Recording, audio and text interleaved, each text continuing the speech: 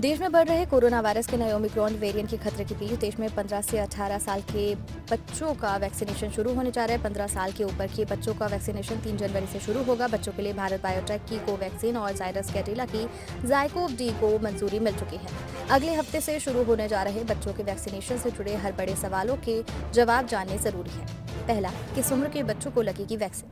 देश में अभी 15 से 18 साल के बच्चों को ही कोरोना की वैक्सीन लगाई जाएगी। उससे छोटी उम्र के बच्चों के वैक्सीन पर सरकार ने फैसला नहीं किया। दूसरा, कोवैक्सीन को 12 से 18 साल के बच्चों पर लगाने की मंजूरी तो मिल गई है। ड्रग्स कंट्रोलर ने भारत बायोटेक की कोवैक्सीन को 12 से 18 साल की उम्र के बच्चों पर इमरजेंसी इस्तेमाल की मंजूरी भले ही दे दी, लेकिन सरकार ने अभी 15 से 18 साल के बच्चों का वैक्सीनेशन ही शुरू करने का फैसला किया। तीसरा, वैक्सीन लगवाने के लिए क्या करना पड़ेगा। वैक्सीन के लिए रजिस्ट्रेशन जरूरी होगा। बच्चों का भी रजिस्ट्रेशन कोविन ऐप के जरिए होगा। नेशनल हेल्थ अथॉरिटी के CEO doctor R S Sharma ने बताया कि 1 जनवरी से 15 से 18 साल के बच्चे वैक्सीन के अपना नाम रजिस्टर करा सकेंगे। चौथा, कौन सी वैक्सीन लगाई जाएगी। बच्चों को फिलहाल भारत बायोटेक की कोवैक्सीन ही लगाई जाएगी। आधिकारिक सूत्रों ने इस बात की जानकारी दी है। देश में फिलहाल 15 से 18 साल के बीच के बच्चों की अनुमानित आबादी 7 से 8 करोड़ है। पांचवा, जाइकोव डी क्या है। जायडस कैडिला की जाइकोव डी को 20 अगस्त को ही मंजूरी मिल गई थी, लेकिन इसे अभी वैक्सीनेशन प्रोग्राम में शामिल नहीं किया गया। ये वैक्सीन 12 साल से ऊपर के बच्चों के लिए दी गई है। छठवां, बच्चों को वैक्सीन लगवाना कितना सुरक्षित। दुनिया के कई देशों में बच्चों को कोरोना की वैक्सीन लगाई जा रही है। बच्चों पर वैक्सीन असरदार साबित हुई है।